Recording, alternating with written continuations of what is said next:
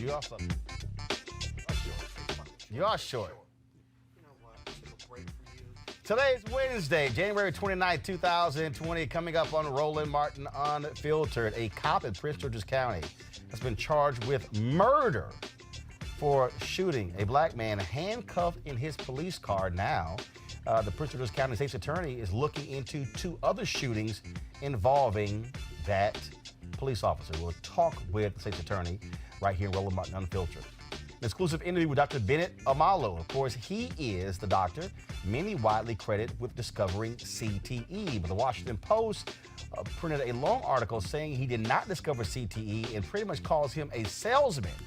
He's going to respond to their story right here. The Trump administration has plans to make it easier for banks to discriminate against black people who want loans. I thought he was doing so much for black people. Another man has died in a Mississippi prison, bringing the count up to 13 this year. Also, Virginia is officially the 38th state to ratify the Equal Rights Amendment, clearing the way for court battles over whether the measure can be added to the United States Constitution. And why do stars keep passing up black media on the red carpet at award shows? I'm going to show you a video. Plus, we remember the life of Hall of Famer football player Chris Doleman. Folks, it's time to bring the funk on Roland Martin Unfiltered. Let's go. He's got it. Whatever the miss, he's on it. Whatever it is,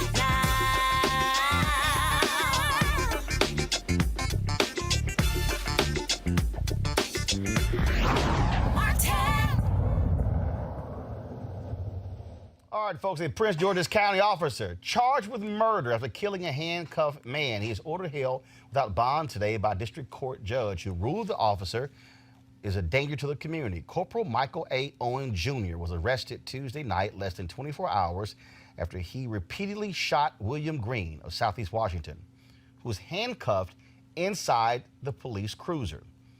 Here's a news conference held today by Prince George's County Police Chief Hank Stawinski.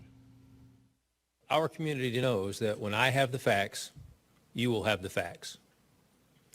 For the past almost 24 hours, I have remained in constant consultation with members of our Special Investigations Response Team, our Criminal Investigations Division, our Forensic Sciences Division, and our use of force experts. This has been a thorough and exhaustive review of all form and manner of evidence available to us, as well as a review of the preliminary findings of the Office of the Chief Medical Examiner for the District of Columbia. And here are the facts. I am unable to come to our community this evening and provide you with a reasonable explanation for the events that occurred last night. I am unable to come to our community this evening and offer you a reasonable explanation for the events that occurred last night. I have concluded that what happened last night is a crime. And as a result, I have directed our Special Investigations Response Team to charge Corporal Michael Owen with second-degree murder, manslaughter, and associated weapons charges in the death of William Green. Joining me right now is Prince George's County State's Attorney Aisha Braveboy. Glad to have you on Roland Martin Unfiltered. Thank you so much for having me back. First and foremost, I understand that you are also looking into 2 other shootings of this police officer. Actually, there is a request by the family, who's the next of kin, in one other incident involving the same officer. They've requested that we review the evidence in that case, and we will be taking a look at that evidence. That was from 2011, so of course that predates my tenure as state's attorney. But we try to be responsive to the public, and we believe that it's important that the families understand, all of the facts that the office was presented with at that time. Again, I was not the state's attorney at the time, but it is my office, and I'm responsible for, providing as much information as I can to the family. The decision to arrest the officer, and the chief said it was his call. What role did your office play in any of this?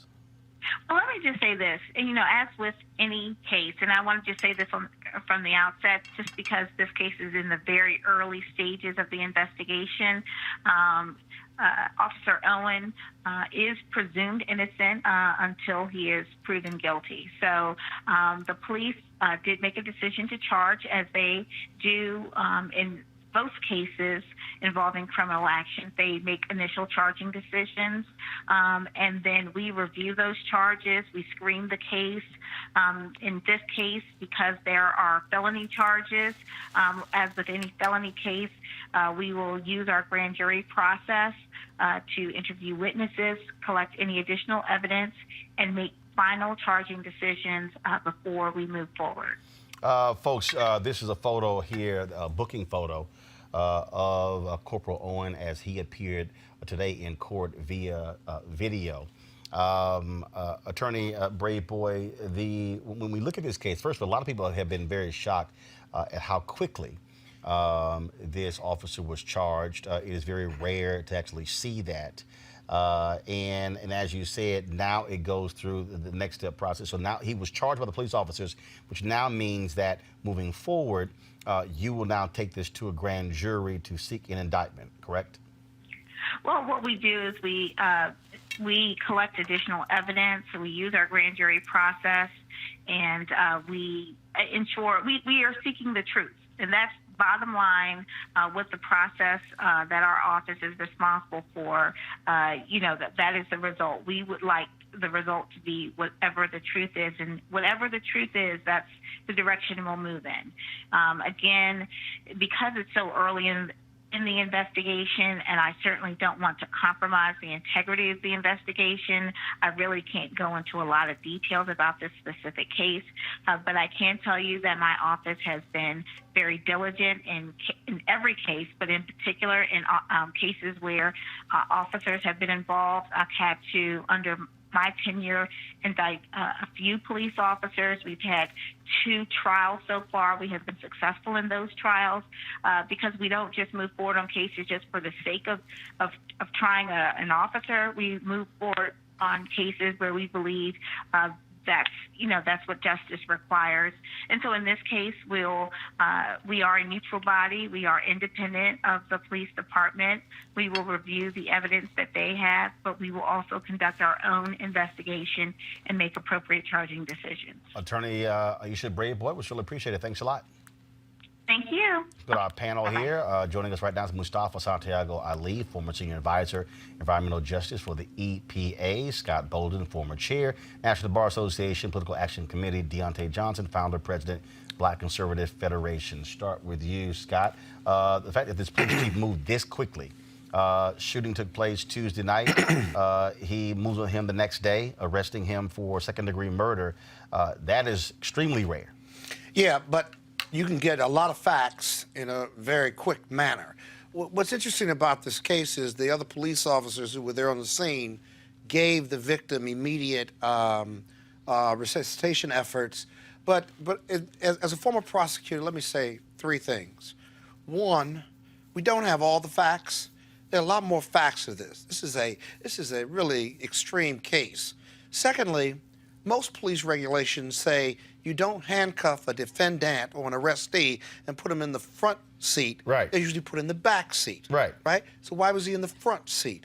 We don't know how many officers were there, but was there a prior relationship between this police officer and the arrestee? And then the shots. He shot him 7 times. That's an execution. He shot a handcuffed man. A handcuffed 7 man. times. 7 times. Now, that's some level of anger, if you will.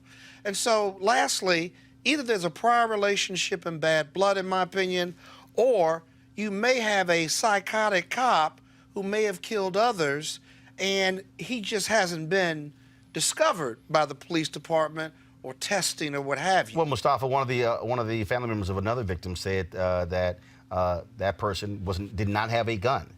He claimed that he did, and they asked the state's attorney to investigate that case, and they're now looking into that. So this officer said 2 other fatal shootings. Mm-hmm. Yeah, we need to find out what other charges, not even other charges, but what other things maybe he has done that were outside of the letter of the law. What I do know is that we've got over 1,100 folks who've been killed by police last year. About a quarter of those have been African-American folks. And this is not the first time that someone has been shot who was handcuffed. And we've had people who've been handcuffed with their hands behind their back before and been shot by police. Mm-hmm. So, it's a shame that we have these types of egregious things to bring a spotlight once again on the disparity that happens, from the police and in relationship to African-American men and men of color. Deontay, this is one of the issues that people often talk about, again, why police officers, in terms of how they're treated. It'd be very interesting to see how the union now responds, because we've seen in other cases, especially when it's a black officer, how the union oftentimes just disappears. I think about the cop who killed the white woman in Minnesota. They booked. I think about the Asian cop who was NYPD, who killed a black man in the stairwell. They testified against him. So it'll be very interesting to see how the union responds.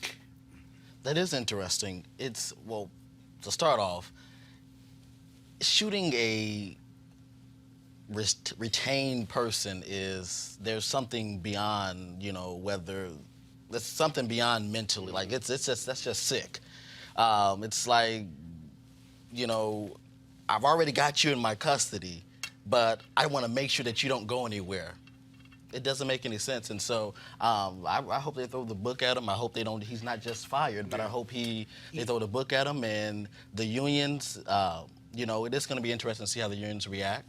And I hope that they react not based upon, you know, any past incidents, but they based upon that you shot a handcuffed man 7 times. Yeah, but Roland, real quick on the police unions, the Maryland State police union legislation or the rules in place allow for a suspected cop who has killed someone to not talk, to not cooperate.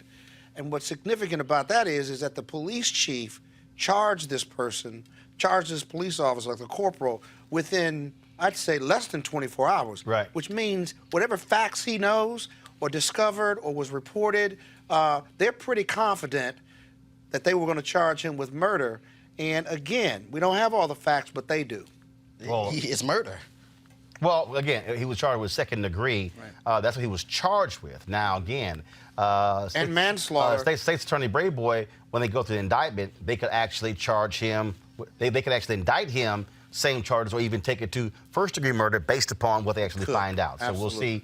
We'll certainly see what Very happens sad with that. case. But bottom line is the fact that the police chief moved that quickly is something that's really important, and we hopefully will see take place in other cases as well. Today, of course, you had questions on the floor of the United States Senate for Trump's lawyers as well as House Democrats who are leading the impeachment trial. Was very interesting about what we heard today. First of all, we heard some of the most unbelievable, shocking, crazy, outlandish legal theories.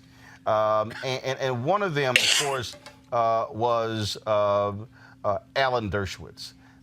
And the one that really just stood out the most was Alan Dershowitz literally saying that whatever the president wants to do, if he does it in the national interest of him getting reelected, it's perfectly legal. Y'all, No, he didn't say that. oh, he He didn't? could not have said that. Watch this. He could not have said that. Privilege of attending the rolling out of a peace plan by the President of the United States regarding the Israel-Palestine conflict. And I offered you a hypothetical the other day. What if a Democratic president were to be elected and Congress were to authorize much money to either Israel or the Palestinians, and the Democratic president were to say to Israel, no, I'm going to withhold this money unless you stop all settlement growth, or to the Palestinians, I will withhold the money Congress authorized to you unless you stop paying terrorists. And the president said, quid pro quo. If you don't do it, you don't get the money. If you do it, you get the money. There's no one in this chamber that would regard that as in any way unlawful. The only thing that would make a quid pro quo unlawful is if the quo were in some way illegal. Now, we talked about motive. There are 3 possible motives that a political figure can have. One, a motive in the public interest, and the Israel argument would be in the public interest. The second is in his own political interest, and the third, which hasn't been mentioned, would be in his own financial interest, his own pure financial interest, just putting money in the bank. I want to focus on the second one for just one moment. Every public official that I know believes that his election is in the public interest. And mostly you're right. Your election is in the public interest. And if a president does something which he believes will help him get elected in the public interest, that cannot be the kind of quid pro quo that results in impeachment. First of all, let's just understand. 1992, President George H.W. Bush loses re-election. He withholds about $3 billion to go to Israel, saying, do not continue with your settlements. So that actually happened. But to listen to him say that, oh, just as long as the president does it, and if he does something to help his own election efforts, because he considers his election in the national interest, it's all good. Definitely poor choice of words. Definitely poor choice of words. And Poor choice of theory. And poor choice of logic. I am not a legal scholar. Hell, I'm not either. It's definitely poor choice of words. But, you know, I mean, poor choice of words. No, it's not a poor choice of words. It is. This is one of Donald Trump's lawyers advancing a theory that as long as the president's, what he's saying is that the president, Donald Trump, can do whatever he wants as long as he labels it in the national interest. So therefore, his re-election is in the national interest. That is the most illogical thing I have ever heard on the floor of the United States Senate by a so-called constitutional scholar. I'm going to say this. President Donald Trump can do whatever he wants when it's in the interest of national security and the national interest. That's now, even false. He can do. No, if it's no, gonna, actually, he can't. If it's going to protect national security, if it's going to protect the country as a whole. No, actually, that's simply also not true. So, the president of the United States is not a king. He simply cannot make whatever decision he wants. Now, he could try to cloak it in terms of this is national security, but the president of the United States does not have the right. And please show me anywhere in the Constitution that he can do, you said, whatever he wants. The president of the United States cannot even on his own declare war on a country. Correct. So that right there refutes what you just said. Because if he says this war is in the national interest, he can't do that. Okay. So No, the president. Okay, you're right, and I'm wrong. I'm going to give you that one. That was a poor choice. That was my. Your own poor choice of words. So, but I would say this. I would say Y'all got a poor choice of words. But I will say this. I will say this. When it comes to protecting national security and protecting the country, I'm right with them. Okay. I'm sorry, you're right with him. What? In protecting our country. But that's not. What is it? That's not That's the not what this issue. is. No, first of all, but this has nothing to do with protecting the country. No, that's not what his argument is. You trying to flip the argument. He said, I'm going to focus on number two. What Al Dershowitz said is that if Donald Trump says that my re-election or the re-election of any president, I can cast any decision that I make, that if it benefits me personally in my re-election, I can cast that as being in the national interest. Agree or disagree? I disagree. So what the hell? What are his folks doing? The reality is Donald Trump wanted Ukraine to investigate his political rival to benefit him. Scott, what's crazy about this, DOJ could have, but he didn't ask the Department of Justice. Well, no, but He wanted Ukraine to, and then he said, publicly. y'all got to announce it publicly. That's right, publicly about Biden and his son. The false narrative and the false comparative that Dershowitz expounds on here is laughable. If Donald Trump didn't do that, though, Donald Trump did not say, I need you to take care of corruption. He couldn't say that because that wasn't what he was thinking. He was thinking about the Bidens. And by the way, DOD 3 to 4 months before, had signed off and cleared Ukraine, having met all the requirements and obligations to allow this money to go forward based on their anti-corruption efforts. Every time Donald Trump has spoken about Ukraine and corruption, which he could say, and it would be acceptable vis-a-vis giving up the money or letting the money go to Ukraine, but every time he's talked gratuitously, voluntarily, in the conversation or in writing or in subsequent press conferences, it has always been about the Bidens, his potential political enemy or adversary. That is the quid pro quo. That is wrong, and that's illegal, and that's why he ought to be impeached. What's laughable to me, Mustafa, is to watch Republicans today all of a sudden, again, John Bolton is a traitor, a turncoat. We shouldn't hear from him. Yep. Okay, and now the White House is even threatening him. You can't release the book. Okay, you can't just say he can't release the book. Right. I mean, he submitted the book to go through the National Security Council process to vet, to ensure that there were not any secrets. Donald Trump, in his mind, says, oh, because you actually had conversations with me and you know how I feel about foreign leaders, you can't talk.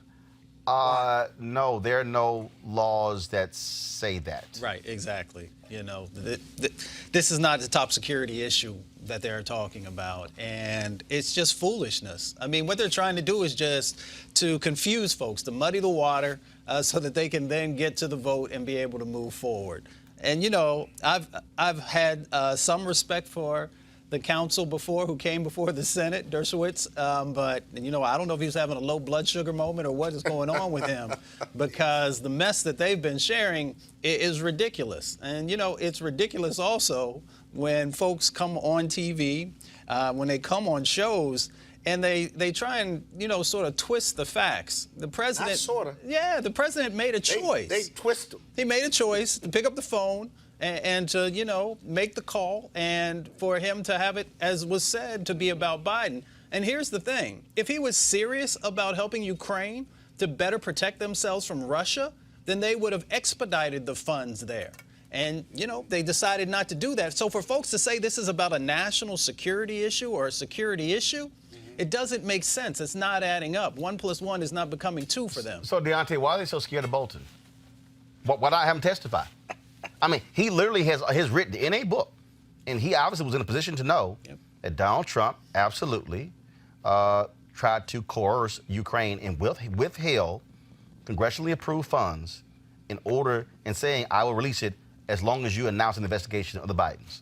Someone that was fired, resigned, or what have you, why would, if one of your staff, you fired one of your staff, okay, and you were getting ready to testify about something that happened with your organization,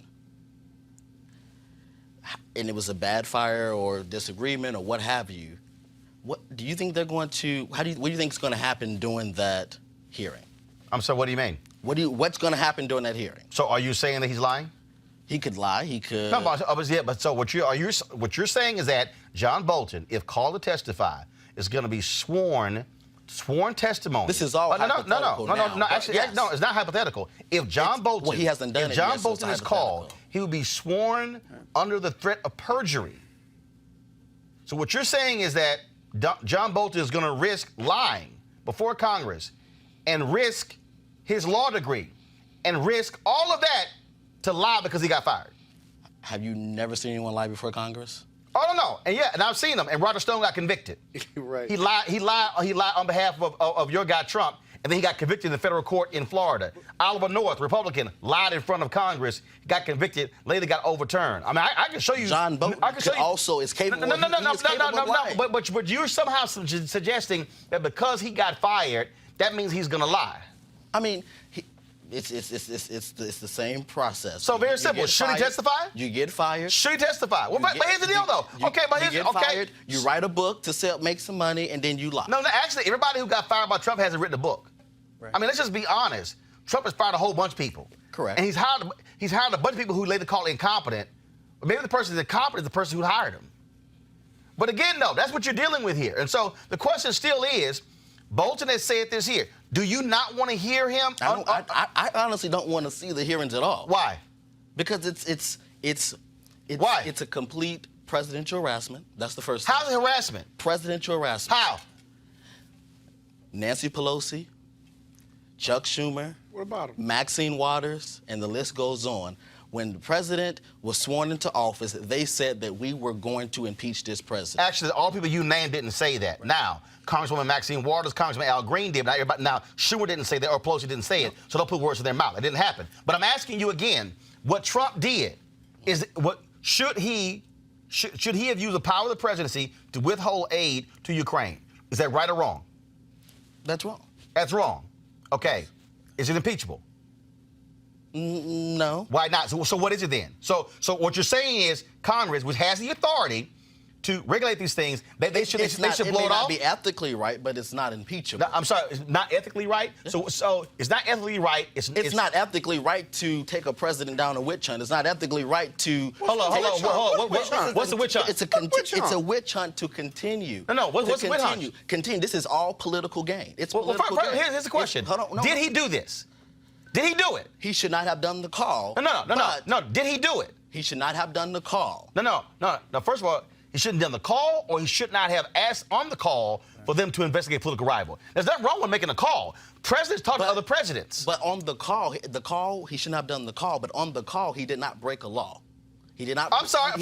The Constitution, let me be real clear. The Constitution. He didn't say. I'm sorry, let's be real clear. Deontay. He didn't say for me. He didn't say for me. Deontay, the Constitution does not require for a law to be broken in order for a president to be impeached. Now, your boy Dershowitz said that 20 years ago. Now he's changed his opinion. Right. So y'all can make up your mind which one is it now. But the question still again is, did Donald Trump ask the president of Ukraine to investigate the Bidens, and did he in turn tell his people, we're going to withhold the aid from them until they do? Yes or no? Yes.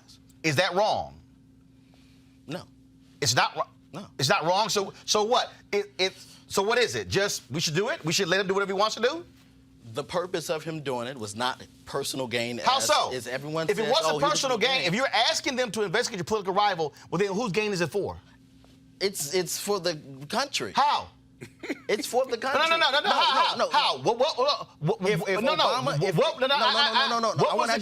was the good? Nice try. If Obama asked... Hold up, Deontay, nice try. Deontay, hold up, Deontay, nice try. Senator Ted Cruz and Senator Lindsey Graham. Deontay,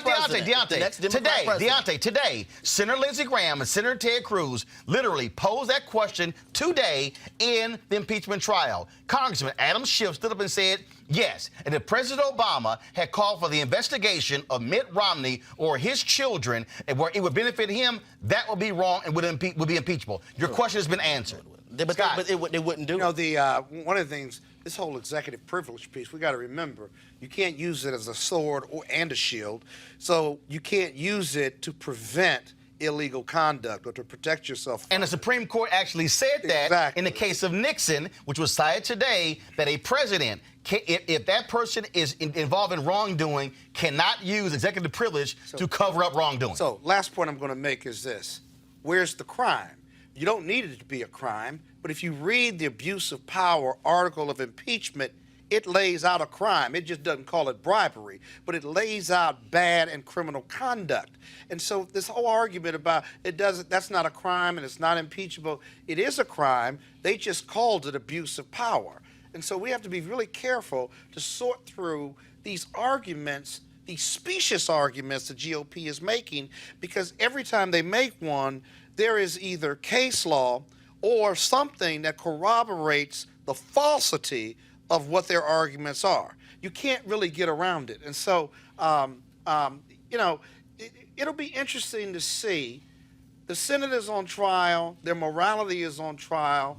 Their righteousness in the Constitution is on trial. If they don't call witnesses with a straight face, I'll be honest with you, that strengthens the possibility or the probability of a Democratic president winning. I believe that because you got to walk away from the independents and the moderate Republicans, and you're not going to get the Democrats. Mustafa, I'm just trying to understand how you can do wrong, but then say, oh, you should be held accountable, when the only provision that is provided in the U.S. Constitution, you know that document the Republicans say they love, the party of law and order, the only provision to hold a president accountable for his action is impeachment. It's right there in the Constitution.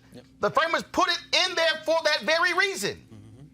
This is privilege. This is privilege playing out. When someone tells you that this man doesn't have, you know, that he can do whatever he wants, and it's very disheartening for folks not to live up to their responsibilities in the Senate. Thank goodness that the House did. And here's the other thing.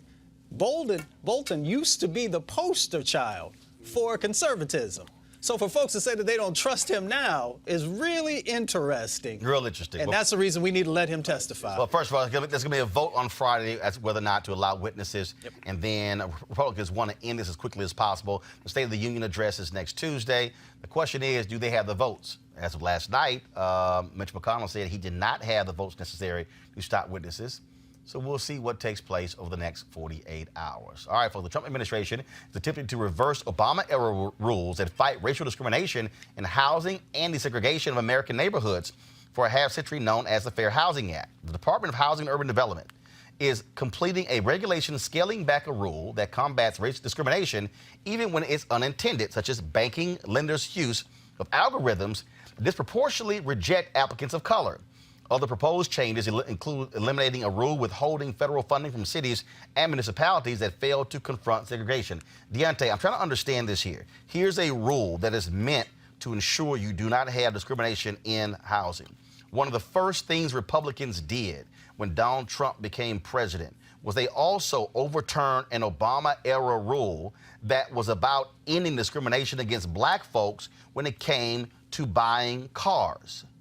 Why are Republicans so concerned about repealing or rolling back efforts that are meant to end discrimination against black people? Well, for starters, this is all about hypotheticals. I read the article, and the article was on what the banks would do. It didn't say what the banks have done, it's what the banks would do, or we're estimating on what the banks would do. Actually, the point of the law was, the point of the regulations were put in place because of what banks did. But we're talking about what they would do. Not what they've done. It was put. It was what put, they would do under this law. It was put in place because of what banks did. This is removing it, which means banks could go back to doing what they were doing before.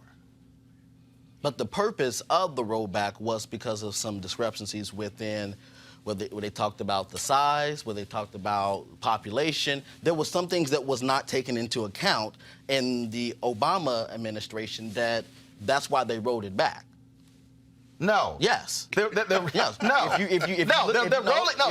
They're rolling it back because Republicans don't like regulations. It's called deregulation. The same reason why they voted to roll back the rules that targeted discrimination against black folks in buying cars. I'm just trying to understand, if Donald Trump so-called loves black people, and black people are doing so well under Donald Trump, why are you rolling back laws intended to end discrimination against black people? Are you defending that? Do you support this effort? I think it's like I said, as I said before, it's an article that's taken out of content. No, I'm asking It's an article that. But it's an article that is take it out of content. You mean context? Yes. Okay, so put it in context then. Is that there was discrepancies within the Obama rule. Okay, they did not take into consideration of population size, which causes problems for places like New York, causes problems for places like Chicago and all of our bigger cities. He about to pull something up on you, by the way. You can go ahead, Scott. Go ahead, Scott. Go ahead, Scott. What I've never if you look at the article, it's hypothetical. I want to talk about the National Community Reinvestment Act, which is the banking regulation that's been in place that requires developers, investors, businesses, and banks who bank to them, banks to reinvest in challenged communities and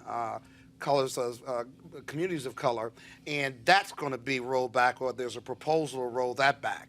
What I've never understood about Republicans is that this Reinvestment Act not only generates revenues for banks, but it also generates community and economic empowerment to generate revenues and jobs and job training and business growth in our most challenged communities, which strengthens the American economy, strengthens everyone who's a part of that investment deal, and strengthens the banks in our communities of color. And Republicans are against that, which means that you can't.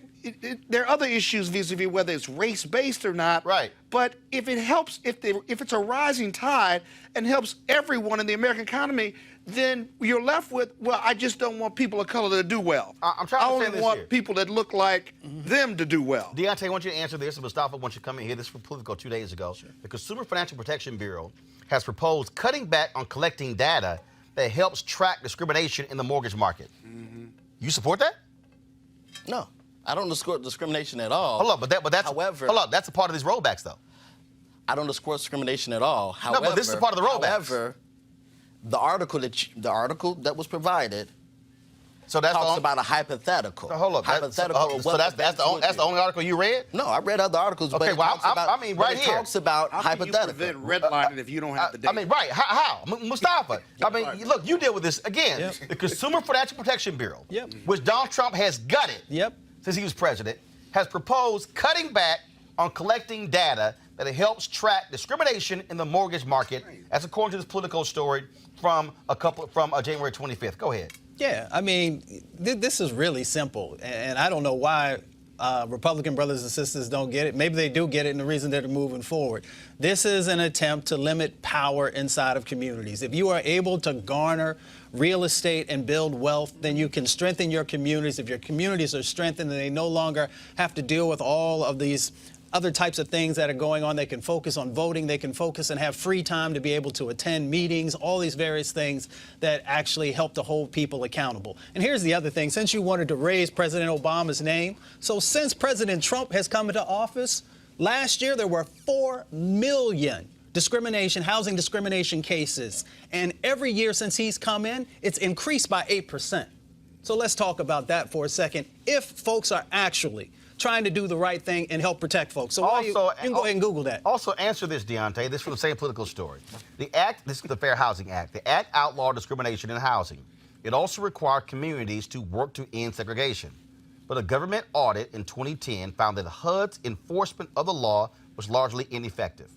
Obama addressed that in 2015 by requiring local governments to track patterns of poverty and segregation with a checklist of 92 questions to gain access to federal housing funds. That's what Trump wants to roll back. There's him and being cautious, like, nah, you don't need to fill the form out. So, to Scott's point, how do you know there's discrimination if you aren't tracking to find that out? So, in essence, forget all the data, no need for any of that. It's just gonna happen. How do you do that if you don't have the data?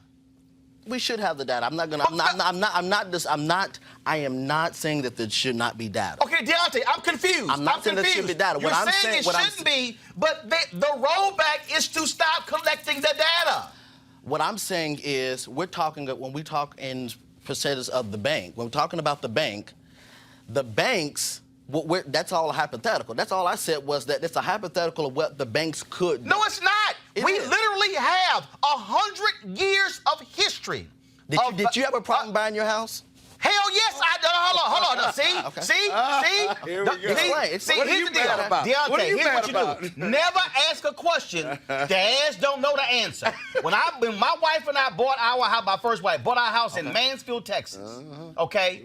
Now, both of us, at the time, we're making in excess of $400,000. Okay. The bank saw our income and asked us, they wanted to see deposit slips. Okay. That shit ain't in the law. There's nowhere it says that I have to supply you. They want to see actual deposit slips. We ain't giving your ass no damn deposit slips. But even with the current law that Obama has, Stop. or even the current law, but even with the current law, they can still do that same thing. Okay, they can still discriminate. They can still discriminate. This is what you still missed. The point of the data is to actually uncover those things. What the Obama folks did here was they said to cities, you have to submit actual plans to lay out how you're going to end segregation in housing. Ben Carson says, oh, this is too cumbersome. It's too much red tape. Tell that to the black folks who are discriminated against.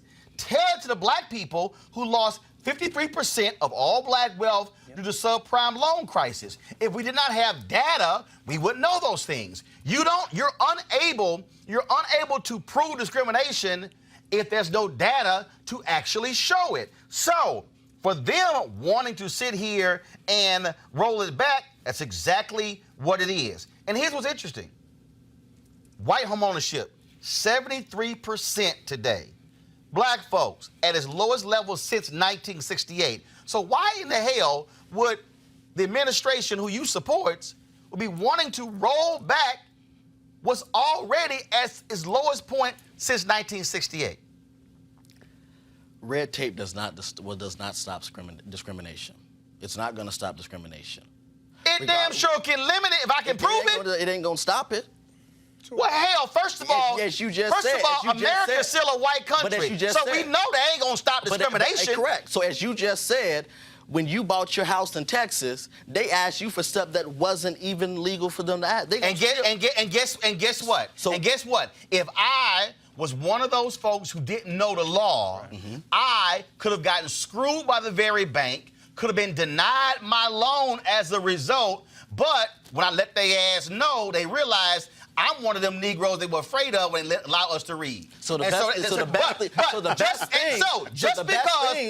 because I was able to get my loan does not mean, Mustafa, other black folks have not been able to get their loans. To your point, when you're able to show the level of housing discrimination that we've seen in this country. Go ahead. So the best thing that you could do is educate more people. The best thing I can do. Deontay. The best thing that I can do is to educate people, have lawyers on, and fight the Trump administration from rolling back these sort of procedures, which actually help folks. And what you are doing are making excuses for Trump. You cannot tell me during the Obama administration that these problems did not happen.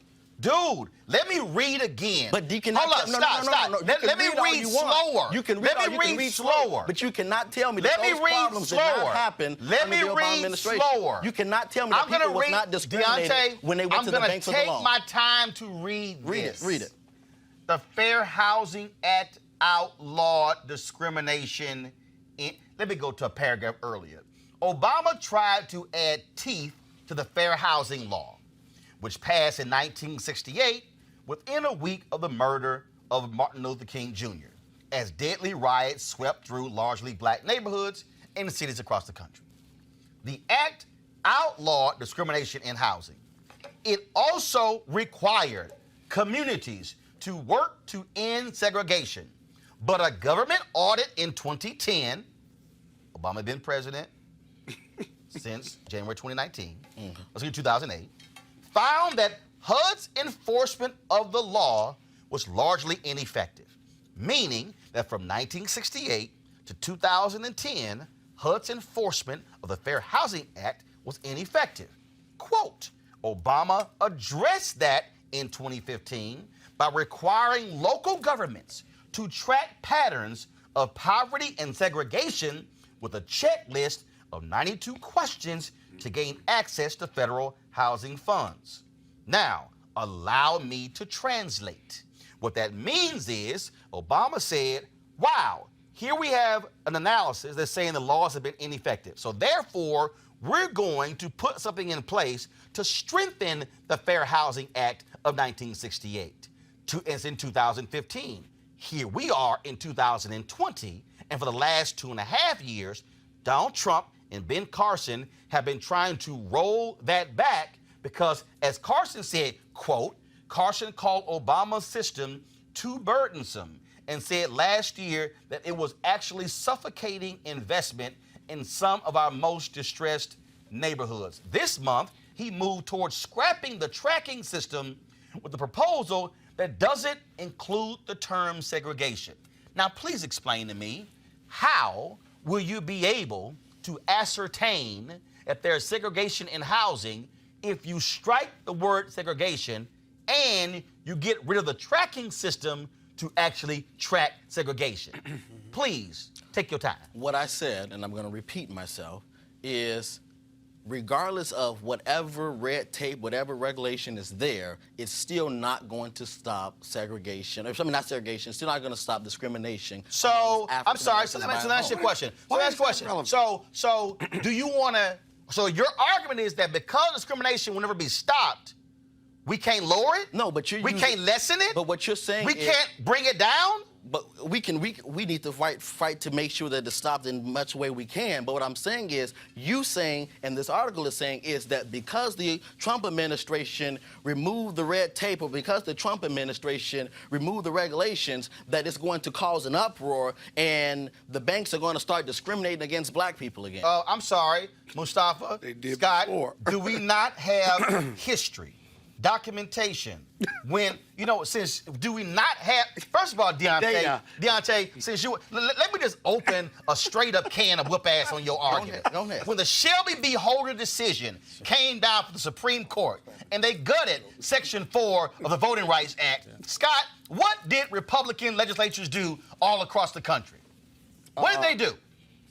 Start suppressing the vote. Suppressing the vote. Polling Voter locations, ID. Gerrymandering, closing polling locations. If you had the wrong information, Shelby v. Holder, 1,200 voting locations across the South have been shut down. Mm-hmm. Why? Because after Shelby v. Holder was gutted, you didn't have pre-clearance of the Department of Justice cleared any election changes. So what does that tell you, Deontay? There's history. So when the law was eliminated, Republicans quickly moved to disenfranchise black people. There's your history lesson for today. Scott, final comment. Well, I think you said it all, quite frankly. But what difference does it make whether it happens under Obama or under Trump? It's wrong. Let me give you a better argument for you as a Republican. I don't mean to be offensive. I'm a business Democrat. You don't like the 95 questions you got to go through, that's red tape and stuff.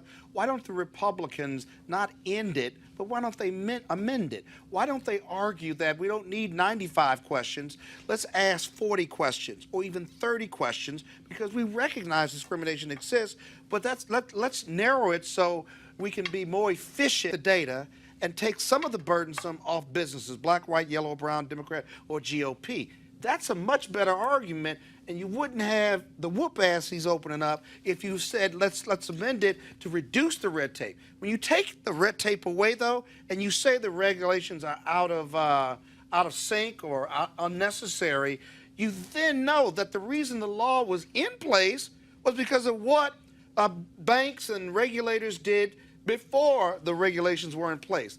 So it's logical that if you take the regulations away, then that bad behavior, that discriminatory behavior is most likely going to return. Why take the risk? Why not keep the regulations in place and strengthen them?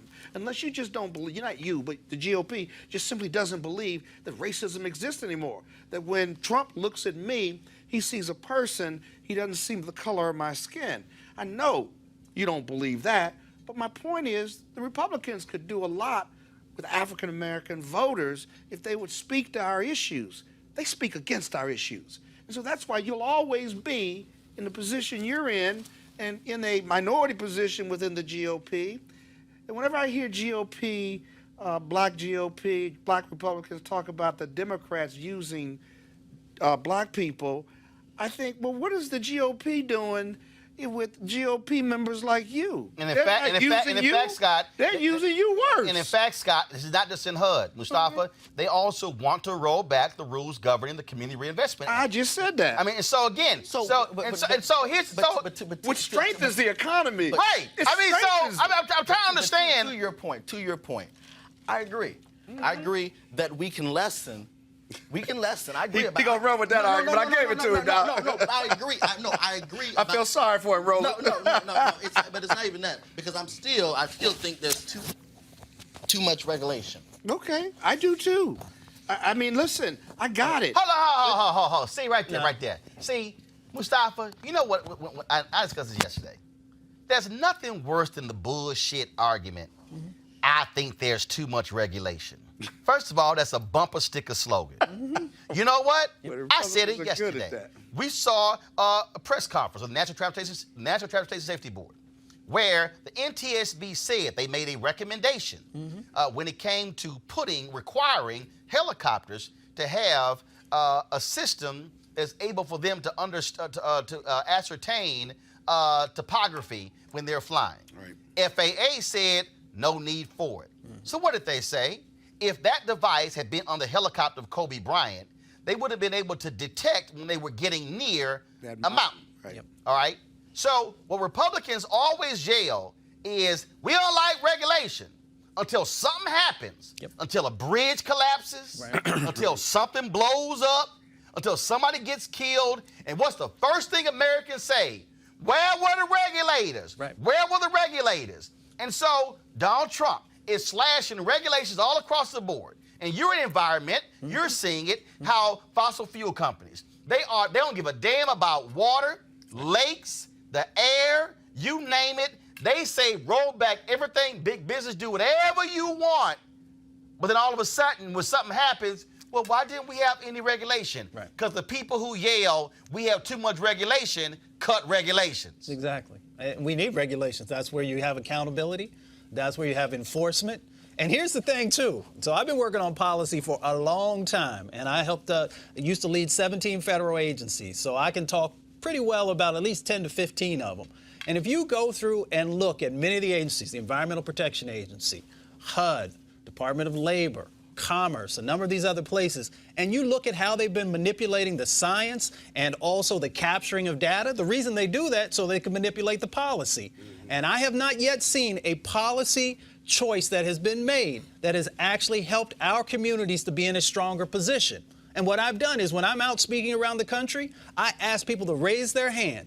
If you are in a better place, that your life is more protected, your health has been protected, and nobody has raised their hand. And I've been in places like Kentucky and West Virginia and Montana and Maine, so not just in more liberal locations. And that's what's going on. And I just want to say one last thing, because we have not called his name out enough. So the person who is running HUD right now, Secretary Carson, needs to be called out for allowing these types of things. You have to have a spine, especially when you come from our communities and you're put in a position where you can actually do things to help to benefit that community, to make a difference. And when you're not doing it, what does that say? When I was a young boy, I used to be mesmerized by the things that he was able to do as a surgeon. So maybe he's not the right person. Well, we know. No, let me just call it out like it is. He is not the right person to be at HUD. Now, if you want to put somebody there that you can manipulate and who will allow these types of regulations to be rolled back or to be put in place, things that are not beneficial for our communities, then that's what you get. And he's going to have to at one time take a look back. He had the opportunity to help folks and was manipulated. Final comment. You got one? I want to say, so there's a difference between common sense regulations and just regular BS regulations. What's a regular BS regulation? Right. Well, what is that? I mean, I believe in less regulations. No. Especially- That's a statement. No, I need an example. What is that? When we look into, when it comes to business owners, the amount that it, even let's talk about black business. No, stop. You're talking about this. Right. You're talking about housing. But no. You're talking about this. No. But what I'm okay, saying, what but they're I'm talking, rolling back. I was saying, what's BS? What I was saying was regulation in general. No, regulation. We ain't talking. Hold up. We ain't having no general regulation conversation. He mentioned about Republicans and regulation, so I was responding about regulation. So what's BS? Name one BS regulation. No. What's BS? Let's go into, so like I said, black business. The process that just businesses in general. No, hell no. You say black business, business in general. not business in general. Because black businesses are part of business. Give me the regulation as BS. Give me the regulation. So as a 501c4 president, person who has a 501c4. That's not a business. That's a nonprofit. No. You said even a nonprofit. business. Even a nonprofit is the amount of things that we have to go to. No, hold on, Deontay. Here's the deal. If you're going to bring something up, stay on track. You said BS regulations, black business, you said business in general, now you went to a nonprofit. No. Regulations in general. Give me a specific regulation that's BS. Specific. Not general, specific. You got to have one. That's why I went to nonprofits. I'm speaking of what No, hold up. You can't say. I'm speaking about No, what I know. hell no. You can't say that you got BS regulations for black businesses. Then you move to business in general. Then you move to nonprofits. Fine. In your nonprofit, give me the regulation that's BS. I'm going to let you continue to talk. No, because I can't say anything. No, because you can't name a regulation. Well, I can't say anything because you can't close your mouth. Deontay, you can't name a regulation. You Okay, can't close hold your up. mouth. Your 501c4. Can you close your mouth? Give me one of Can you those. close your Give mouth? me one of those. I wait. Let him talk. As I said. No, give me one in 501c4. So, for instance, so now, and this is probably political. So, if we as a 501c4 have to decide that we want to support a candidate, okay? Now, it used to be where you can just support a candidate, you can, put money into whatever candidate you want to or whatever. Mm-hmm. Now, they didn't change it to where you now have to. If you support a candidate, we don't, as a 501c4, there's not much that we have to do. But now, when it comes to reporting, now we have to report with the FEC now just to deal with the candidate. Okay, stop right there. Now, you said before. What was the previous nonprofit status? C4. No, it was C3. In the previous nonprofit status, 501c3, you were not allowed to actually support. Now, hold up. See, now I'm about to teach you. Go ahead. Because, see, you just walked into another damn trap. You made a big-ass mistake.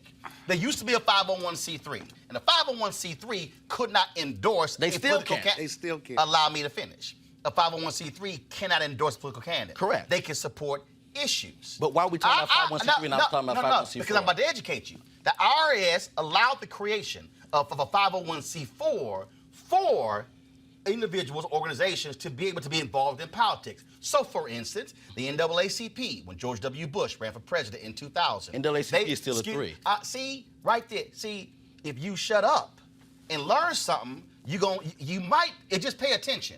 The NAACP had a 501c3 and a 501c4. The NRA has a 501c3 and a 501c4. The National Rifle Association Foundation is their 501c3. The National Rifle Association is the 501c4. The NAACP in 2000, when George W. Bush was president, NAACP is a 501c3. But they created a 501c4, which allowed for them to run the commercial of dealing with James Byrd being dragged down and targeting George W. Bush. So guess what? Organization can have a 501c3 and a 501c4. The C4 provision says, yes, you can support candidates, but we require you to file paperwork because the commercials that you run are aiding a candidate. So we've got to ensure that they are abiding by the law of the Federal Election Commission. Now, what you complaining about is why do we got to file the paperwork? Because you can't be involved in supporting a candidate if you are unwilling to file your paperwork. Now, you bitching about some paperwork when all you got to do is fill a damn form out. So, if you don't want to fill a form out, because stay a 501c3, but now you can't support the candidate. So stop whining about some paperwork because that's required to ensure you don't have folks buying elections. That's why there are rules. You have to source the funds. That's it. Simple as that. Just saying. But next time, dog, if you want to complain about BS regulation, have one ready. Don't ever get caught on television again. It don't look good. Got to go to a break. Now come I back. know why Roland doesn't get media hits. No, actually, I don't get media hits. Guess what? Because you don't know how to talk to people. I don't? No. Guess what? You are the most disrespectful person on TV. Let me ask you this question. Who was on ABC This Week with Stephanopoulos on Sunday? I saw that. No. And so, you didn't act like that, though. You didn't act like hold that. Hold up. Guess what? Oh, would you like? I sure question Alice Stewart when she raised the point. Because guess what? Who's sitting in this host chair? And here's the deal. And Deontay, this is real simple. Deontay, this is real simple. No, it's real Deontay, simple. this is real simple. It's real simple. You embarrass yourself. Deontay, you embarrass yourself when you come on and you do not have facts to back up your argument. It has nothing to do with embarrass. It's just, it's common sense. Deontay, you asked Deontay. I know your mama taught you. Actually, let me help you, Deontay. My mama and my daddy. See, I had a daddy in my life. So, mama and daddy. In fact, daddy watching too. But you don't bring folks on your show. You don't cuss at them. You don't talk to them crazy. That's just common sense. Deontay, you know what common sense is? If you gonna bring up BS regulations and then you can't name one? Listen. No, hell no. That's all I'm saying. Deontay, you look foolish when you bring stuff up and you can't even back up your own argument. But someone should have talked to Deontay, if I replay the last hour and 5 minutes, this is what I'm gonna replay. You going, you won't let nobody talk. No, Because you ain't got facts. No, listen. Bro, you ain't got At the end of facts. the day- I got to go at the to a end of the break day, right now. We come back. We going to talk to Dr. Bennet Omalu, who the Washington Post in the article where his fellow scientists said that he is pretty much a fraud, did not found CTE. He responds next on Roland Martin Unfiltered. You want to check out Roland Martin Unfiltered? YouTube.com/Roland S. Martin. And subscribe to our YouTube channel. There's only one daily digital show out here that keeps it black and keep it real. It's Roland Martin Unfiltered. See that name right there? Roland Martin Unfiltered. Like, share, and subscribe to our YouTube channel. That's youtube.com/Roland S. Martin. And don't forget to turn on your notifications so when we go live, you'll know. You want to support Roland Martin Unfiltered? Be sure to join our Bring the Funk fan club. Every dollar that you give to us supports our daily digital show. There's only one daily digital show out here that keeps it black and keep it real. It's Roland Martin Unfiltered. Support the Roland Martin Unfiltered daily digital show by going to RolandMartinUnfiltered.com. Our goal is to get 20,000 of our fans contributing $50 each for the whole year. You can make this possible. RolandMartinUnfiltered.com. Join Dr. Jackie Hood Martin as she engages others to think like a leader. Are you looking to enhance your leadership or that of your team in 2020? You can join her newest online course, the mastermind group, How Successful People Think. She will be your guide as you learn timeless leadership principles to apply to daily living. The offer expires February 28th, so register at www.livetolead.com/Leesburg. That's livetolead.com/Leesburg. Since 2005, when Dr. Bennet Omalu first reported finding widespread brain damage in a former NFL player, concerns about CTE have inspired a global revolution in concussion safety and warned of a crisis for America's most popular sport. Omalu's discovery, which was initially ignored and then attacked by NFL allied doctors, inspired scientific research that forced the league to acknowledge a link between football and brain disease. But according to a recent story published in the Washington Post, there is consensus among a lot of folks in the brain science community that Omalu routinely exaggerates his accomplishments and dramatically overstates the known risk of CTE in contact sports. They also believe that Omalu did not discover or name the disease. Joining me right now to respond to the Washington Post article in this exclusive interview, the first time he's commented since it was published, is forensic pathologist and neuropathologist Dr. Bennet Omalu. Doc, welcome back to Roland Martin Unfiltered. Hi, Roland. How are you? Thank you for having me. So the Washington Post dropped this story, and the first thing they say is that you have overstated the fact that you discovered CTE. They also said, according to these various scientists, that you didn't even name it, and that name has existed for decades. How do you respond? Okay, how I responded 18 years ago, these were the same claims the NFL made. But the NFL did not go to the pages of a newspaper. We went to the scientific domain. They published a scientific paper, and I responded. And that crushed it. And suddenly, they are coming back in a very dubious way to go to the pages of a newspaper and make claims that are very reckless and very dangerous. The moment you begin to attack scientists like myself on the public domain, that is not good for science. You come up with a hypothesis, like I did in 2002 after the Mike Webster case. Before Mike Webster, we knew of dementia pugilistica. And so the NFL attacked me and said the Mike Webster case was not dementia pugilistica. I said, yes, it's not dementia pugilistica. Then what is it? That we may be getting it wrong. We've always believed this only affected boxers, that it did not affect only boxers, that it affects everybody who has suffered from traumatic brain injury. And instead of calling this disease dementia pugilistica, we had to give it a new name. The big question was, what name do we give it? I couldn't call it dementia footballitica or Mike Webster's disease or football dementia. I had to give it a name with a name that is already in the literature. Because if I don't give it a name that is already in the literature, it wouldn't pass the Dobbert principle of law. It would be dismissed in the court of law as a novel idea. And so to say, oh, because I wasn't the first to use the name that I didn't discover a disease, there's a word I want to use, but I don't want to use it here. It's irresponsible. It's reckless. Why do you think they did not make these claims on the pages of a science journal or a science paper? Because no journal will publish that. That is very silly and stupid. So my comment is we need to ignore such reckless claims, and I think the colleges of physicians across the world should speak out and condemn such cowardly acts. So, Doc, I got to ask you this question. I got to ask you this question. So, this is what the Washington Post says. Omalu did not discover CTE, nor did he name the disease. The alarming statistics he recites about contact sports are distorted, according to the author of the studies that produced those figures. And while Omalu cultivates a reputation as the global authority on CTE, it's unclear whether he is diagnosing it correctly, according to several experts on the disease. Okay. I was the first to publish a paper on CTE in football players, on CTE in wrestlers, CTE in mixed martial artists, CTE in the military. So when I was publishing these papers, there were no criteria for the diagnosis of CTE until 14 years later, after I had published all my papers. And in 2009, I came up with the types of CTE I was seeing.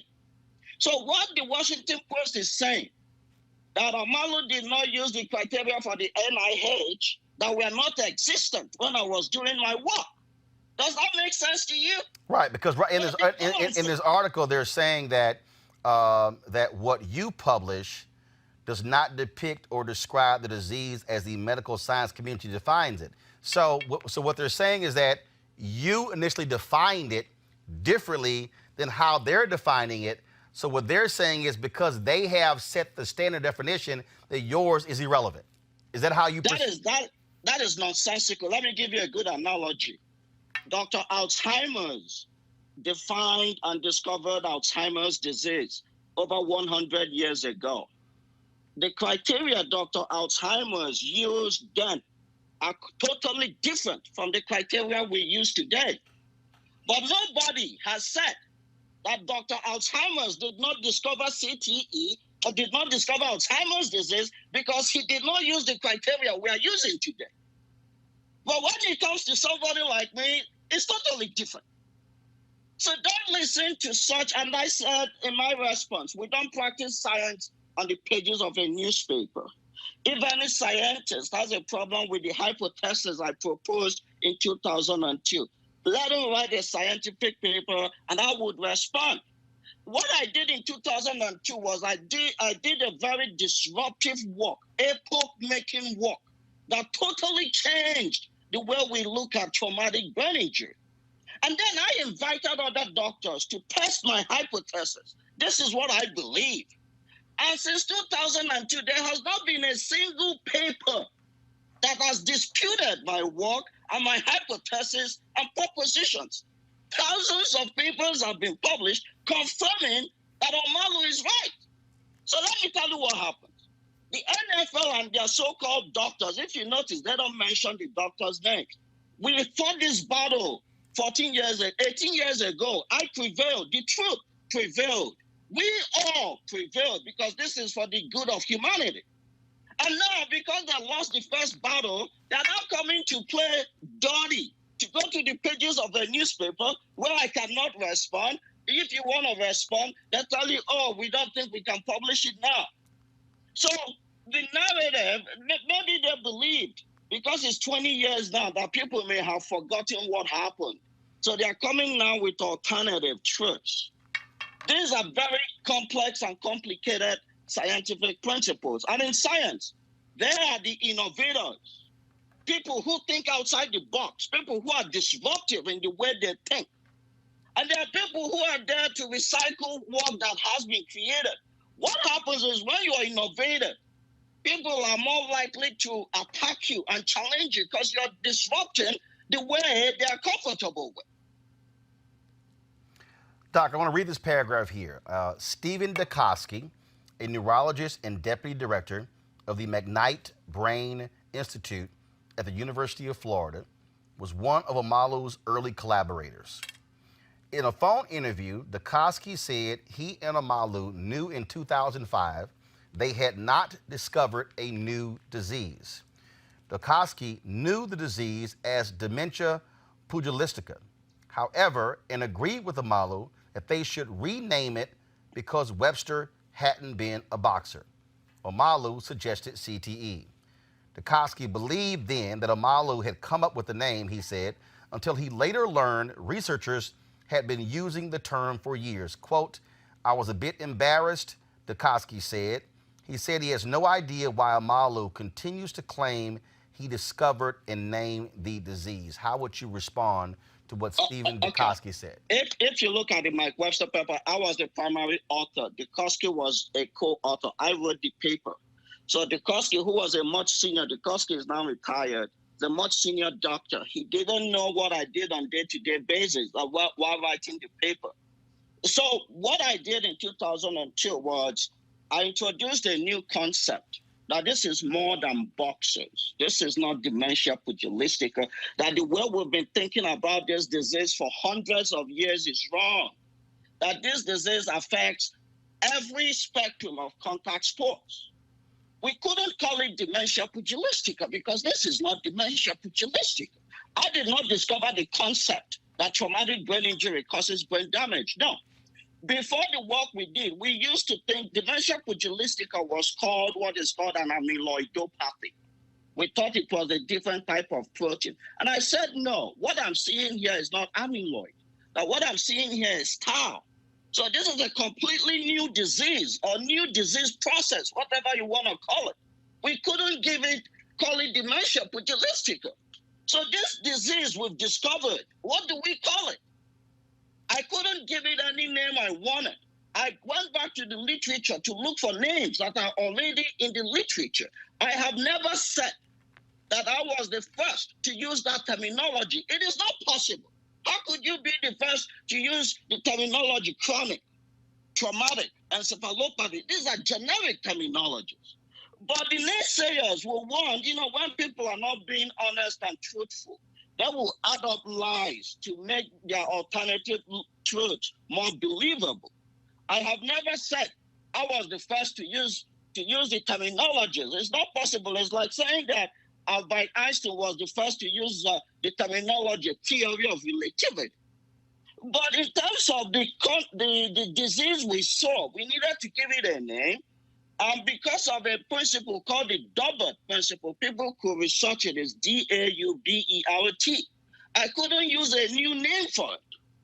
So I used names already in the literature to name this disease we've discovered. I made several hypotheses in my paper that other scientists should test my hypothesis. And guess what? I was proven wrong. CTE has become an accepted disease. Even a household name. Everybody, including my 9-year-old son, knows what CTE is. The science has moved forward. So why are we going back to what happened 18, 20 years ago? What do you think is at play here? Do you believe that there are other doctors, scientists, researchers who want to be the leader in this? This is sort of like when folks were dealing with HIV and AIDS, and you had these different doctors across the globe who were trying to be the first to discover this or discover that to go down in history. Do you believe that that is what is at play here with this article with these doctors? That is what is at play here. I'm not American. I'm a foreigner who came to America to discover a disease in America's most popular sport. Many American doctors find that embarrassing. And there's been a narrative to displace me. But what I want to share with the world, I'm a Christian. Today, I performed 9 autopsies.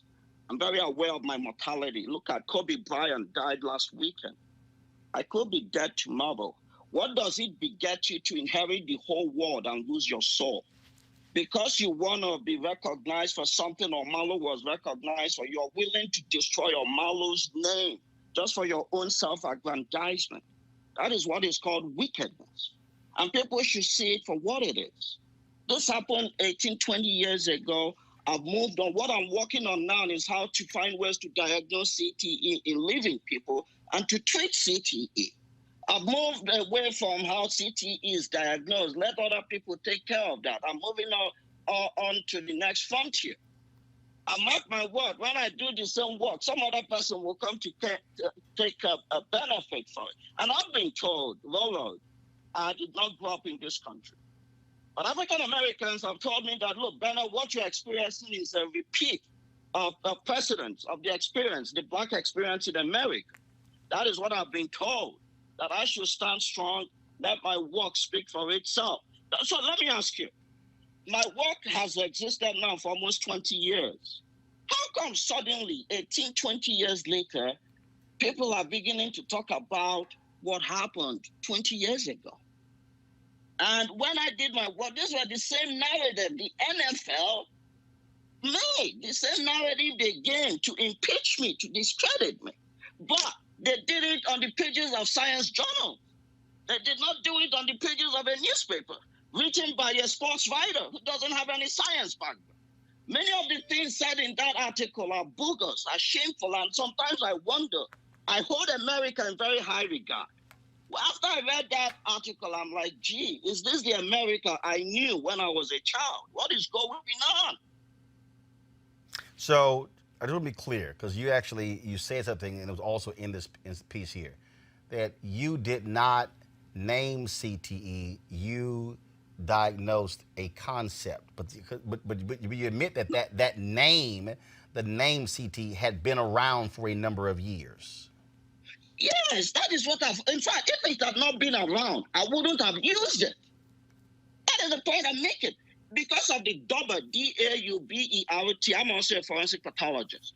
Because I knew this disease was an occupational disease, that sooner or later it would be in the court of law, which happened. And successfully, we had the settlement. And there are so many cases in the court of law today. Okay? So I chose that name because it was already in existence. And that was the name. Is like when you have a son. My son is Mark, and I named him Mark. And somebody is coming to say, oh, Mark is not my son because he's not the first person to be called Mark. That's nonsense. So the name had been there, and I had 26 names that I found in the literature. And I selected chronic traumatic encephalopathy because it sounded very erudite. It had a good acronym. And it is actually a very generic terminology. It doesn't really mean anything. It's not a specific name. It doesn't really mean a bad brain associated with trauma.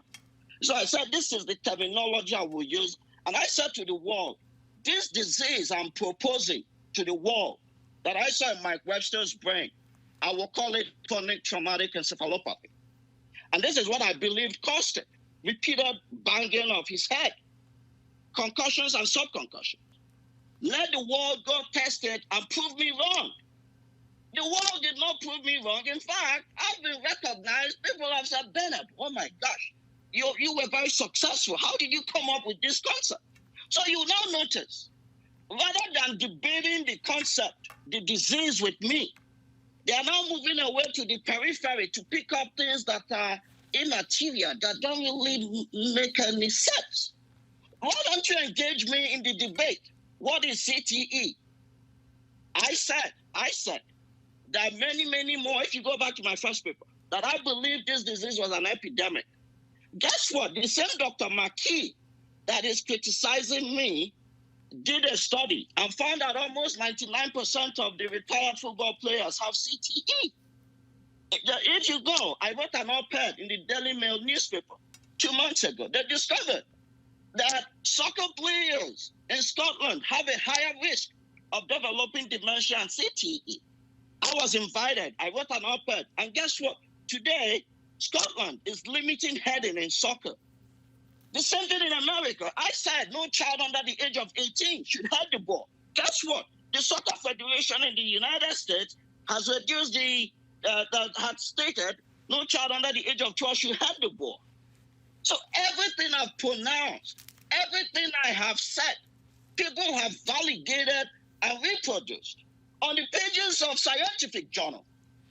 So what is the problem? Dr. Bennet Omalu, we certainly appreciate you taking the time to share with us your thoughts and give us an exclusive interview responding to this Washington Post article. Thanks, sir. Thank you so much, Roland. All right. I want to go to my panel, Mustafa. Again, when you look at this Washington Post piece, all the different doctors here, and I think if you look at it, and the reason I use the AIDS example, I mean, I remember all of these folks were clamoring who discovered what and who was going to find a cure and who, all these different, and it was a battle because it came down to who eventually, for history, will be the one who gets the credit. Do you think that's what is at play here?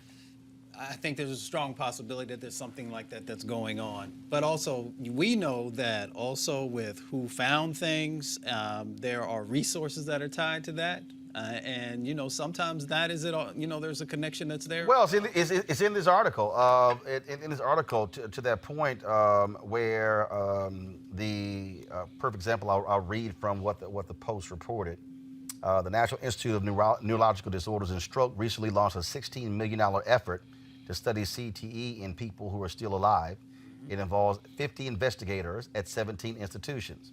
Omalu said he believes racism also played a role in his not being included in that group. Then they say, NIH says that as a matter of policy, they cannot discuss applicants for a grant other than those who received it, but that the grant-making system is entirely transparent. Omalu is trying to also raise his own $10 million to fund a clinical trial on this whole issue. Yeah. A lot of dollars that are attached to research. John, when I used to work for Congressman Conyers, he used to always tell me, follow the dollars, and he'll tell you everything you need to know about a situation. So we need to make sure that people are paying attention to that also and see who's truly benefiting from this. Deontay, your assessment of what you heard from Doc, and then, of course, this Washington Post article. I agree. You know, it's all about the dollars. It's all about the Benjamins, and you definitely want to, you know, who gets the credit also based upon, you know, where they want to put the money, and also I think it does play a race issue of, you know, in history, who do you want to be known as finding a cure for AIDS? You want to be known for finding a cure for cancer, you know. So I think that's where I'm at with that. Again, it was very interesting in terms of reading this article, so I certainly appreciate Dr. Omalu for coming on the show, sharing his thoughts. Got to go to break real quick, and then we'll come back with our final story back on Roland Martin Unfiltered in a moment. You want to support Roland Martin Unfiltered? Be sure to join our Bring the Funk fan club. Every dollar that you give to us supports our daily digital show. There's only one daily digital show out here that keeps it black and keep it real as Roland Martin Unfiltered. Support the Roland Martin Unfiltered daily digital show by going to RolandMartinUnfiltered.com. Our goal is to get 20,000 of our fans contributing $50 each for the whole year. You can make this possible. RolandMartinUnfiltered.com. On Monday and Tuesday, the Congressional Black Caucus is calling for an emergency national summit of African American leadership on Monday, February 3rd. There will be a convening taking place at the Hyatt Regency Washington Capitol Hill. We will be there live streaming the event as well. Then on February 4th, on Tuesday, there's going to be a day-long session taking place in the United States Capitol at the theater there as well. And so this is about focus on the 2020 election, but also the U.S. Census. And so the Congressional Black Caucus Political Action Committee will be holding the event on Monday, and the CBC will be holding the event on Tuesday. For more information, go to cbc.house.gov/2020 summit. That's cbc.house.gov/2020 summit. Virginia officially became the 38th state to ratify the Equal Rights Amendment on Monday. This will likely lead to court fights over whether the measure can be added to the Constitution. State lawmakers made history earlier this month when each chamber of the General Assembly separately approved ratification resolutions. On Monday, the House and Senate took the final procedural step of signing off on each other's measures. Here's the announcement. So this is it. This is the day that Virginia becomes the 38th and final state needed to ratify the Equal Rights Amendment into the United States Constitution.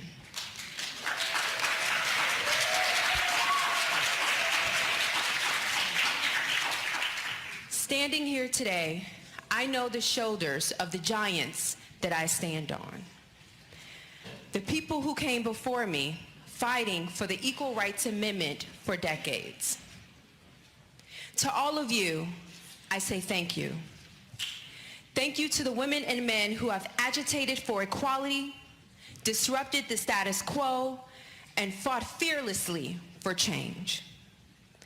I, along with 160 million women and girls across this nation, your mothers, your daughters, we say thank you. Equality of rights under the law shall not be denied or abridged by the United States or by any state on account of sex. These 24 words will be the 28th Amendment to the United States Constitution. The resolutions on bipartisan votes overseen by Senate President Pro Tem Louise Lucas and House Speaker Eileen Filler-Corn. Both Filler-Corn and Lucas are the first women to hold their titles in Virginia. The push for ratification of the Equal Rights Amendment has been a long battle, and the future is certainly still uncertain. All right, folks, the Grammys took place on Sunday. What is happening there, of course, folks, music and all the folks walking the red carpet. But one of the issues that came up again was, why is it that black celebrities ignore black media on the red carpet? Now, black media folks have been complaining about this for a number of years, not only at the Grammys, but at the Emmys, at the Oscars, all of these major award shows, how many of these publicists will simply just walk their clients by, because also what happens is they put black media at the end of the carpet, and so you go through all the major media outlets first, and then they're tired of talking, so it's like, oh, I gotta get inside, and they bypass black media. Well, Black Tree Media, first of all, Black Tree Media, which has covered the show for the last 14 years, they were there with their cameras this year, and actually decided to show what took place. Check this out. Hey, Gucci, come on, man. Do it for the black media, Gucci. It's black-owned media, Gucci. Don't just do people. Come on, Gucci. Come on, Gucci, man. Come on, the hood right here. Hey, Gucci, I was in 6 Southwest with you. Gucci, I was in 6 Southwest. Come on, man. Do the black media, man. Don't just do Vulture. Don't just do people. Don't just do people, Quavo. Come on, Quavo. How you gonna be for the hood like that? I'm calling you.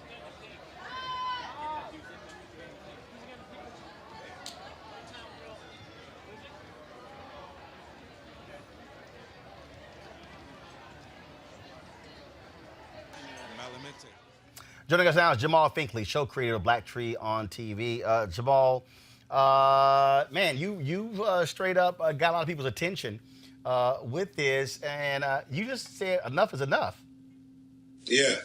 I mean, as any journalist, like, you hate to be the story. I'm used to covering celebrities, and they're always the exciting story for our viewers on all of our partner networks and everything. But I mean, it was a time. It was an emotional time.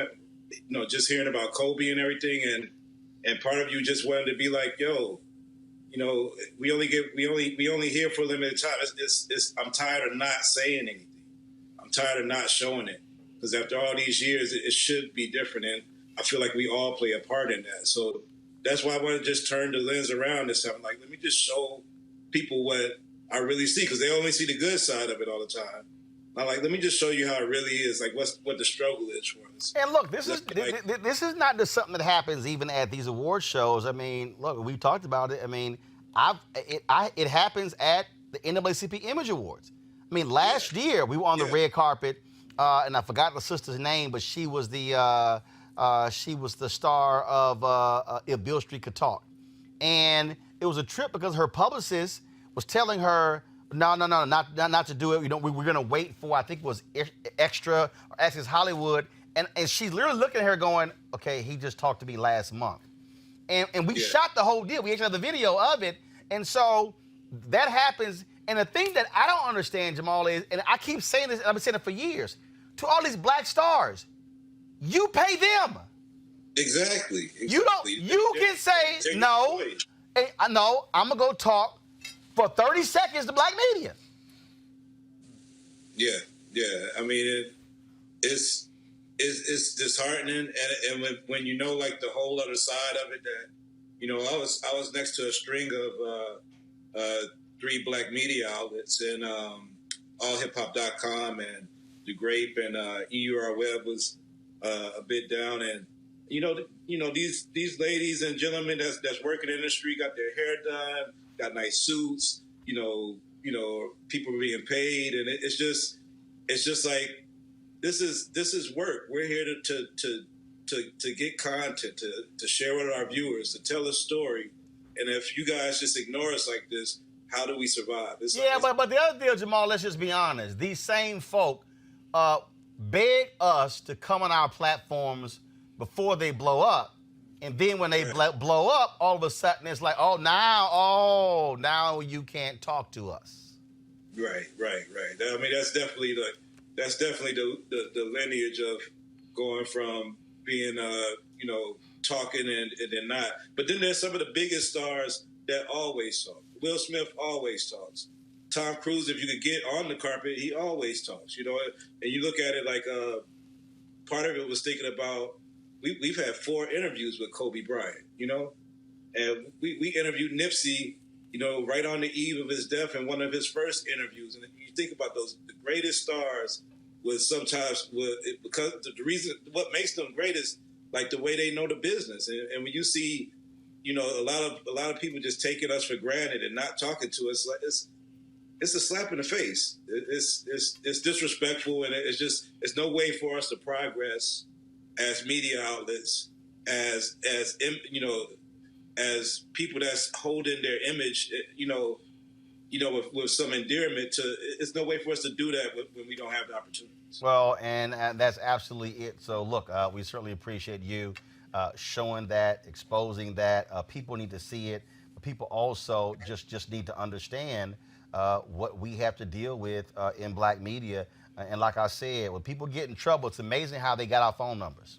It's amazing how, or when they're working on a project and they're not getting the publicity support, and it's an independent project, how, man, they all got our emails and phone numbers.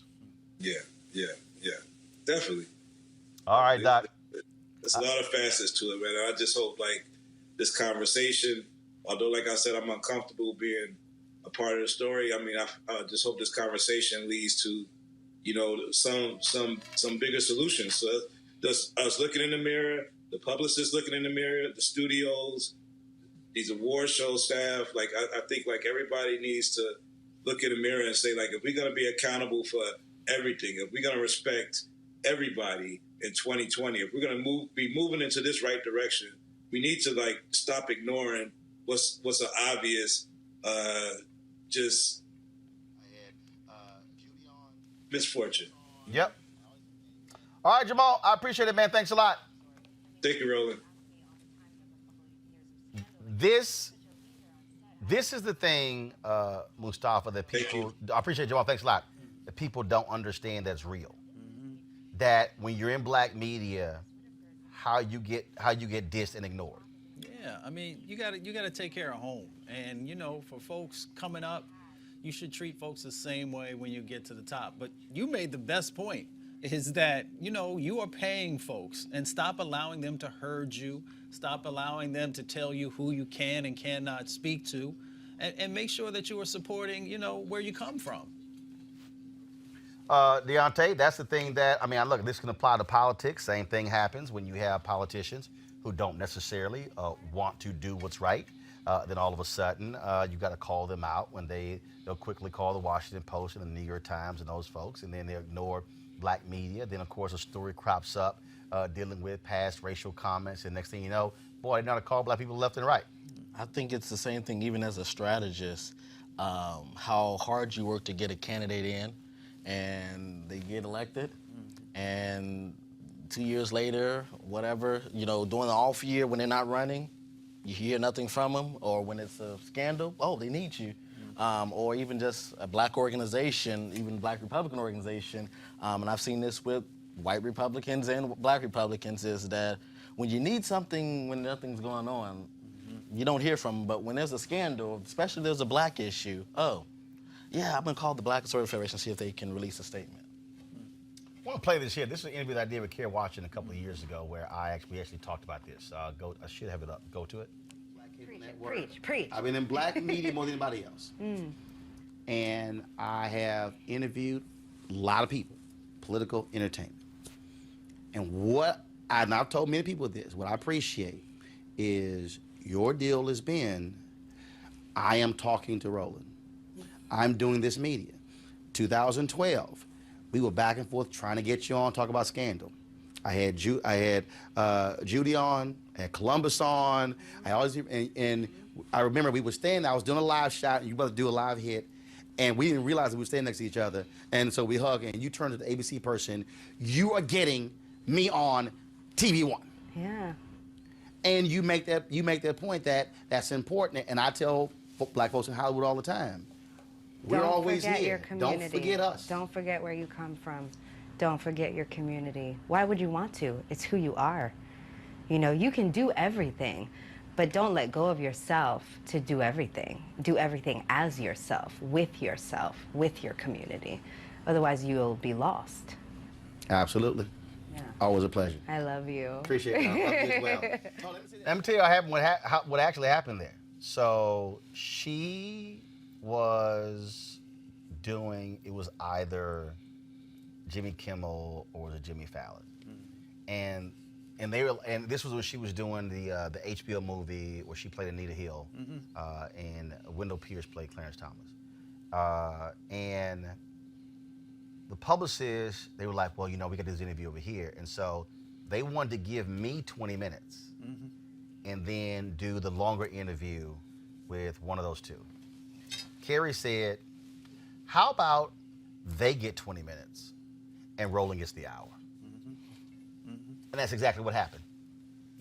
That's how we got the hour interview. Because she said no, because she also was like, yo, what everybody forgets, Scandal was a mid-season replacement. It was an 8-episode mid-season replacement that was in the spring of 2012. They were not put on the fall schedule in 2011. She told me about the show in 2011. And I sent the first tweet out when they didn't get picked up on the fall schedule. All these people talk about they call themselves these gladiators. No. I sent the first tweet out saying my disappointment, Scandal didn't get picked up. People didn't realize is that Scandal only had a 13-episode commitment in the fall of 2012. Because the ratings kept getting better, ABC said, let's do a full season of 22 episodes. Okay? So all you people who watch Scandal, if you see the episode where Tony Goldwyn, playing the president, he suffocates the Supreme Court justice, that was supposed to be the season-ending and show-ending episode. But then they got picked up, so they were like, oh, damn, because those episodes are already canned, like, okay, we got to figure out how to restart the show. So Kerry was like, yo, who was riding for me before the New York Times and People Magazine were calling? And that's why she did that. And so that's why that's important. And so I hope by Jamal calling out those black celebrities that they will have some level of consciousness and tell their publicists that, yo, if I got to be inside the doors in 15 minutes, I'm going to cut some stuff short here. I got to make sure that I do it down there. Even if you got 3, 4, or 5 folks down there and they all do an interview together, that way they're all able to get some stuff you can't do individual, that's fine. But that has to happen. And I'm telling you, for y'all who don't realize it, it's a whole bunch of people in politics and a whole bunch of people in business and entertainment who do this stuff to black media all the time. I've run 3 black newspapers, 2 black cable networks, black website, black magazine. I've seen it, and I personally cussed some folks out and made clear I will not play that game because demanding that you're going to respect what we bring to the table. And sometimes you got to have that attitude. So I appreciate what Jamal did there with Black Tree TV. Folks, last story here, Chris Doleman, a star defensive end at Pitt from 1981 through 84, who went on to a Hall of Fame career. The dominant pass rusher of the NFL has passed away. He was 58 years old. The 4th overall pick of the 1985 draft by the Minnesota Vikings, Doleman played 15 seasons in the NFL and holds status as one of the most productive pass rushers of all time. Defensive end and outside linebacker, he was an 8-time Pro Bowler, earning 6 berths as a member of the Vikings and 1 each as a member of the Atlanta Falcons and San Francisco 49ers.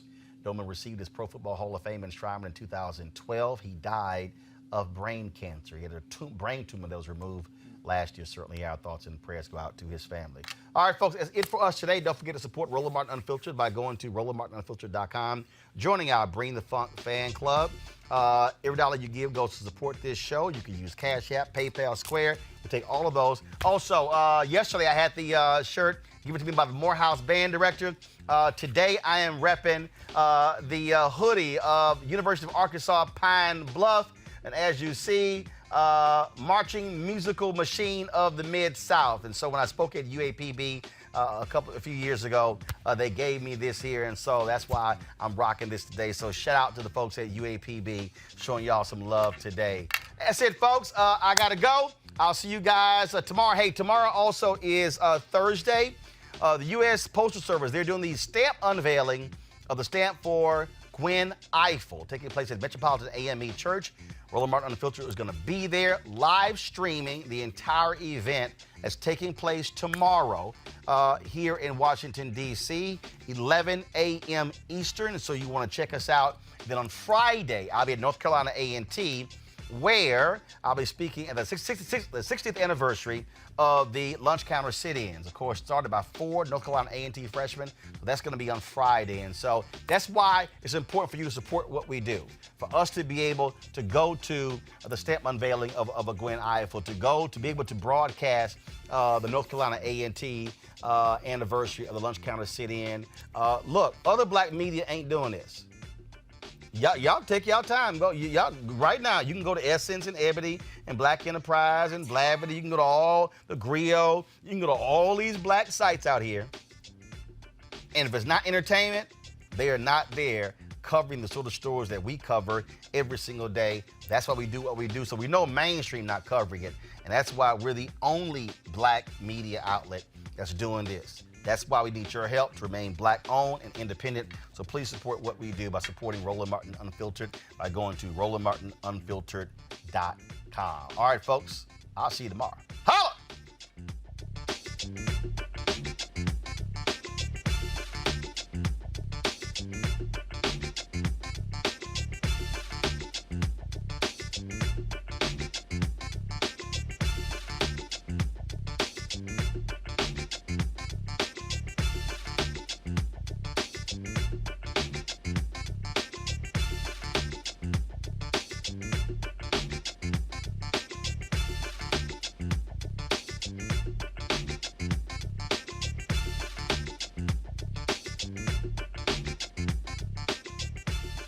You want to check out Roland Martin Unfiltered?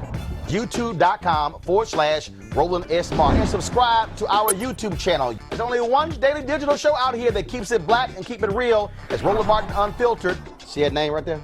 Roland Martin Unfiltered. Like, share, and subscribe to our YouTube channel. That's YouTube.com/Roland S. Martin. And don't forget to turn on your notifications so when we go live, you'll know it. Hey everybody, this is your man Fred Hammond, and you're watching Roland Martin, my man, Unfiltered. Hi, this is Essence Atkins, and you're watching Roland Martin Unfiltered. Hey yo, Peace World, what's going on? It's the Love King of R&B, Raheem Devon, and you're watching Roland Martin Unfiltered. Hi, my name is Brescia Webb, and you're watching Roland Martin Unfiltered. Ow. Well, I like a nice filter usually, but we can be unfiltered. What's going on? This is Tobias Trevelyan, and if you're ready, you are listening to and you are watching Roland Martin Unfiltered. What's up? I'm Lance Gross, and you're watching Roland Martin Unfiltered. Hi, this is Cheryl Lee Ralph, and you are watching Roland Martin Unfiltered. I mean, could it be any other way? Really? It's Roland Martin.